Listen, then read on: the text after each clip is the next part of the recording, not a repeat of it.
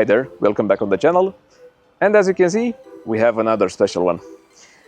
It's sort of an interesting car, at least for me, because it has a legendary engine. It's the 2.5 liter 5-cylinder from Audi. I almost got the model a couple of years back, but obviously not in this configuration. So for me at least, it's a very special day, together with the one where I reviewed the Giulia, and I hope that it will be another one soon enough with some BMW model with the B58 engine. But let's check out the car for a moment. It's the Cupra Formentor and it's the VZ5 configuration. And even more so, it's actually tuned by ABT. It's a German tuner, which, as you can see, worked intensively on this model, but we'll talk more about in a few moments. The actual car was manufactured in 2024 and it has done about 18,000 kilometers until now. So let's see, what about the actual configuration of the car and the specs from the datasheet? Well, as I already mentioned, it does have the 2.5 liter 5-cylinder engine from Audi with a double clutch gearbox and all-wheel drive system, which is Haldex based. But not even that one.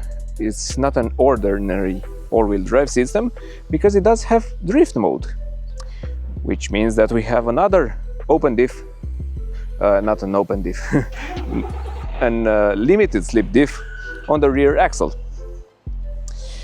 Going further with the specs, because the car from factory developed 390 horsepower, the tuner upped that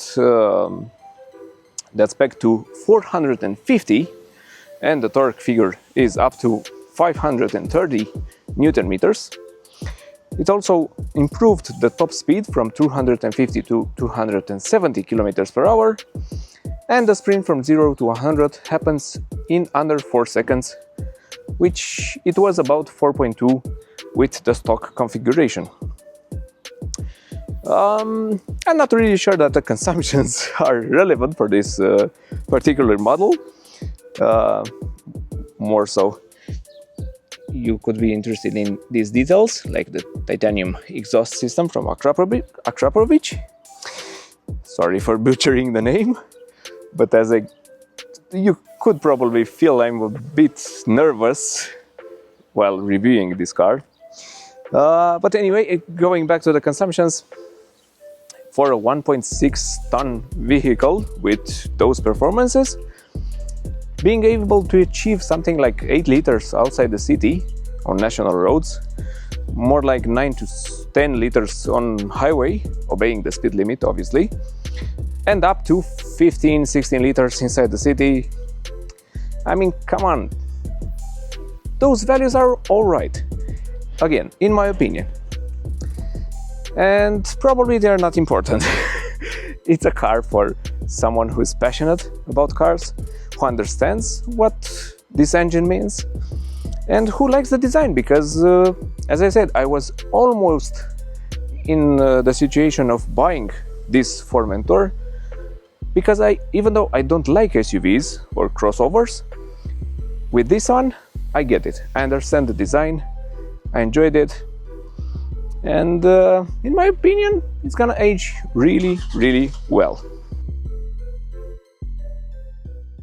Even though it's a performance car, or at least a performance configuration, you still have actually quite enough cargo area. As you can see, this is the usual carry-on luggage, and I think you can squeeze up to about 4 to 5 carry-on luggages like this one, with some additional storage space on either side of the trunk area, with a regular socket here, some hooks for your groceries, and under the boot floor you also get a subwoofer, the car battery, and some additional storage space. It's not the most accommodating space, but you do have to understand that this configuration requires some additional bits under the floor. But as I said, in my opinion, is more than enough. Let's check out the back seats. On the other side, rather than usual, because we do have the base for a child seat in there. Yeah, it's a performance vehicle, but as I said, you could use it as a family car, no problem. The materials here in the back, actually, they're not all that impressive, considering the price of this spec, but at least you do get some soft material here on the armrest and some decor elements with a cubby space down here. No storage on the seats because these are the optional seats with carbon fiber, and they do look actually amazing. So anyway, yeah, we have a panoramic glass roof, some light fixtures, a central armrest with a couple of cup holders that are not adjustable, but at least they're soft and squeegee inside, and a third area of climate with some USB-Cs here in the back. This is the space back here, and as you can see, I do have more than a palm of space until the front chairs. Even though they're quite imposing in a way, you still get enough knee space. And once again, we do have this panoramic glass roof, but back here the ceiling of the car is a bit sculptured, and you do have more than a palm of space for your head as well. I presume these are the advantages of having a crossover platform. You can stretch your legs under the front chair, and for the most part it's all right. But as usual, I do have the same complaint with the seat base. It's a bit too short for my posture, and at least for this configuration, I would have liked it to be a bit more upright in this area. I feel like, I don't know, I don't have enough support, and I could slide quite easily from the seat. But anyway, as usual, you will not have them all regardless of the model. Now let's check out the passenger side. On the door card, obviously you do get some nicer materials with some ambient lighting, the same decor element, and a larger pocket. But the party piece of the interior are the seats. As you can see, they do look quite special. They are body hugging, and on some aspects, yeah, they're good that they are not electrical because they're lighter, but this part is gonna wear out quite easily because you're gonna reach over it when you get inside the car.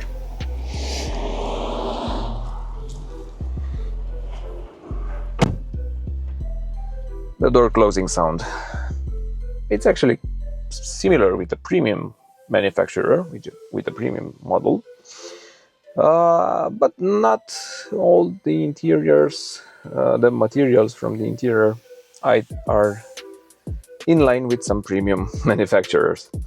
You do have hard brittle plastic on the center console, which is gonna get a bit it could get a bit uncomfortable if you rest your knee. God damn it! If you rest your knee on the center console on a longer trip. And also the glove box, as you can probably see or hear, again, the material is not impressive. Yeah, it does have a lot of space, but once again, it's not covered with any material. You do get an additional pocket here. But on the upper part of the dashboard, it is a softer material with some decor elements here and there, and you also have this ABT plate. And at last, let's check out the driver's side. Obviously, you do get some additional controls for the electric windows and the outside mirrors, plus the ability to open the trunk area. And you do get some interesting element here, which if I understood correctly from the owner, it has to do something with the paint, the paint scheme of the car. You do get an additional plug from ABT in here, and also the seat is identical with the one on the passenger side. On the left side of the steering wheel we have the light controls, and if we take a look inside, actually I'm gonna start the car as well.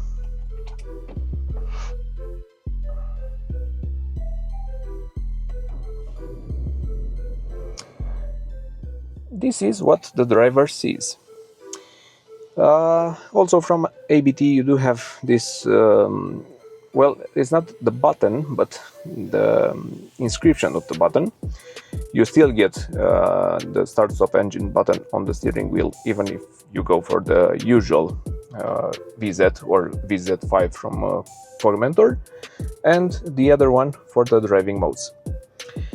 But for a newer car, which is manufactured, as I said, in 2024, the fact that you still get physical controls of the on the steering wheel, it's a plus in my opinion. It's not the thickest steering wheel either. It does have this perforated material in here, and yeah, the pedal shifters are something that owner mounted, because from stock they're quite plasticky actually, and something like this in terms of size. They are not this huge. But anyway, behind the steering wheel we have the usual stocks from VW, with the all important control here on the stock. The gauge cluster is all digital, easy to read, and with essential information, because as you can see you have the gearbox temperature up there, the oil temperature, and the coolant temperature. Something that, in my opinion, is a must-have on a performance vehicle. The light fixture is identical with some other VW group cars. We have a dimmable mirror.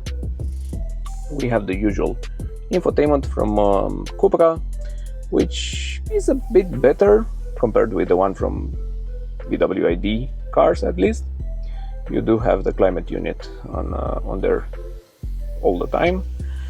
And for the most part it is alright, but you still have these capacitive controls for the climate unit and the volume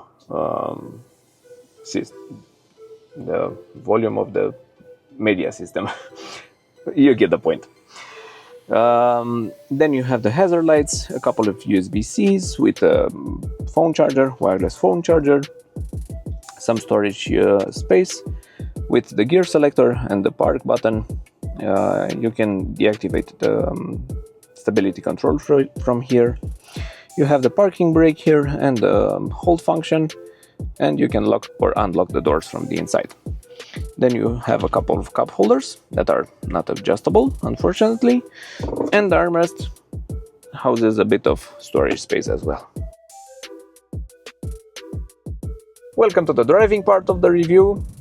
Today with, as I said, a special vehicle, because it's not any Formentor from Cupra, it's actually the Big Daddy, and even more so because, as you saw in the static review, it's the tuned version from ABT.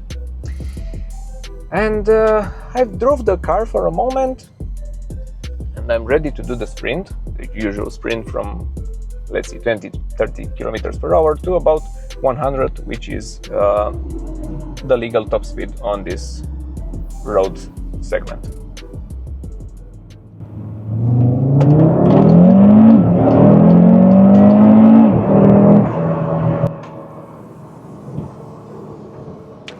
And that's it. That was the lot.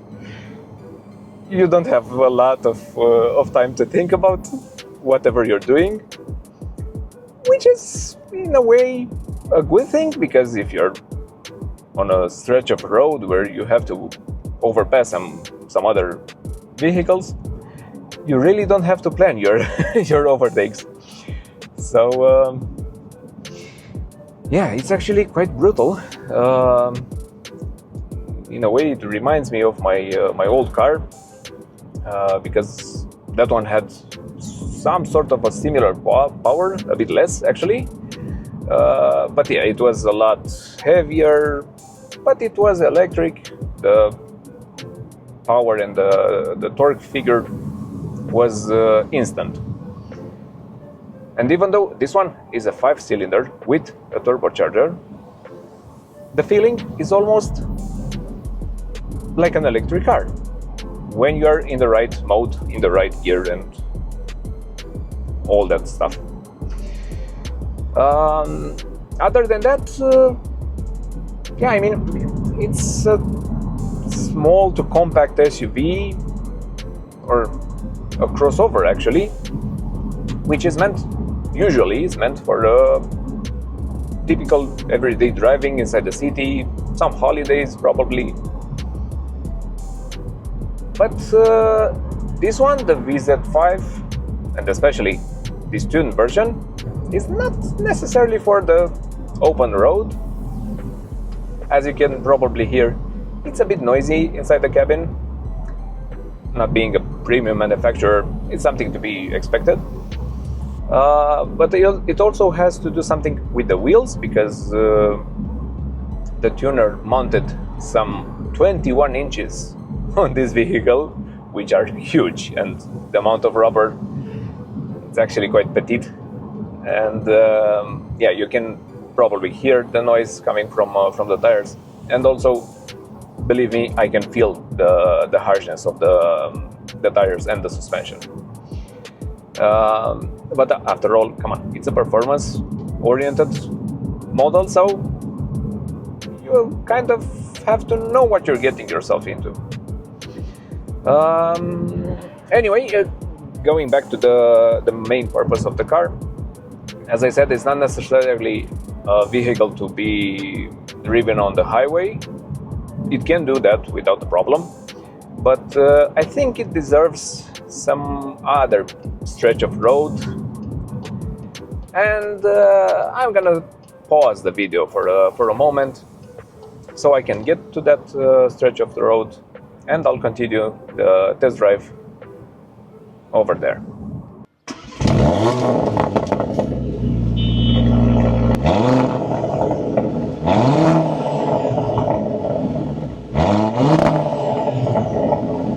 Welcome back on the driving part of the review with the special Formentor. And as I said, we do have an interesting road ahead of us, and hopefully the traffic will allow me to enjoy the car and for you to enjoy the video. But I do know that we have some roadworks up ahead, and I'll talk more when we get there. Until then, I'm gonna shut up for a moment and actually let the car do the talking. I'm gonna switch the driving mode just to sport, not to Cupra, and actually switch the gearbox to manual.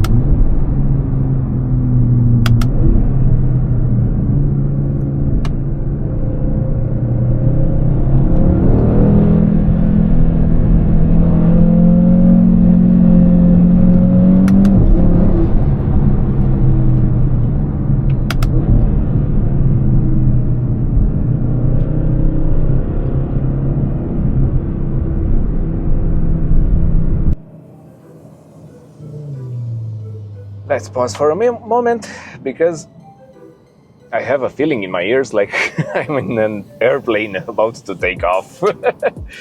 It's absolutely brutal, and not necessarily in a straight line, as I said, but on corners as well.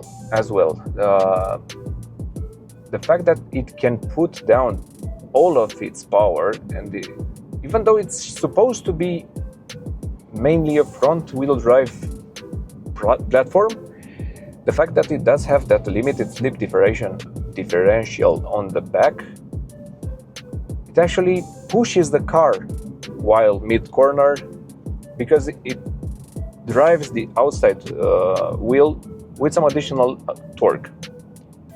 It can go from that 50-50 split that the Haldex system does. It can go with 100% of that torque from the rear axle only on the outside wheel, and it actually feels like is more of a rear-wheel drive biased system. So yeah, it gets your heart pumping. You can feel your blood rushing in your body, but it's actually one of the reasons why you would probably go for this configuration of the Formentor. And as I said, we do have some road works in front of us, so I'll talk a bit more about the car. I do appreciate the warning lights on the ambient lighting. It's a nice touch. But anyway, let's move to the things that I enjoyed, and some of the parts that are not necessarily on par with probably with your expectations regarding this model.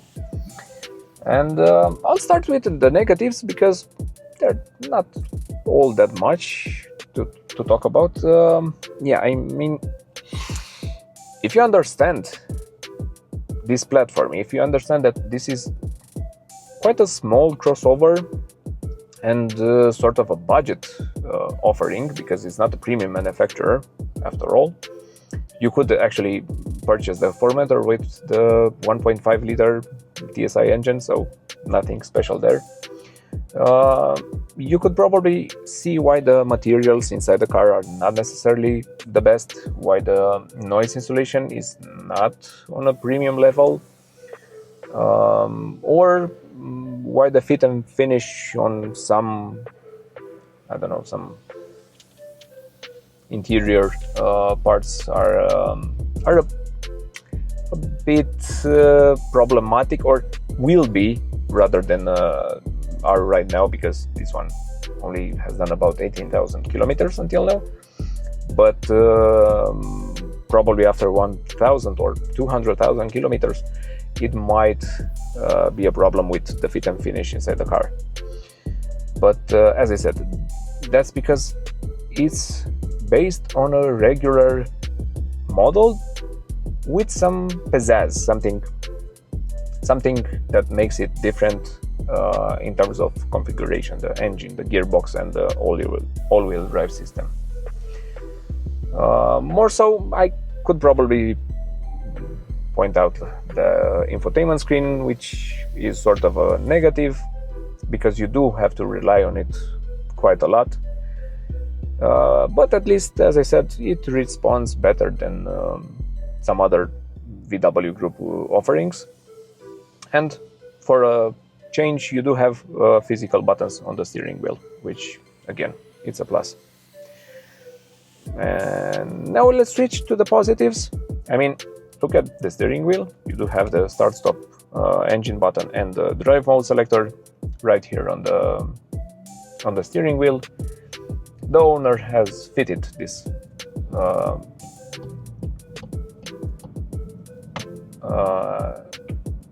these optional extras on the flappy pedal gearbox, which again makes the whole experience of using the car even more interesting.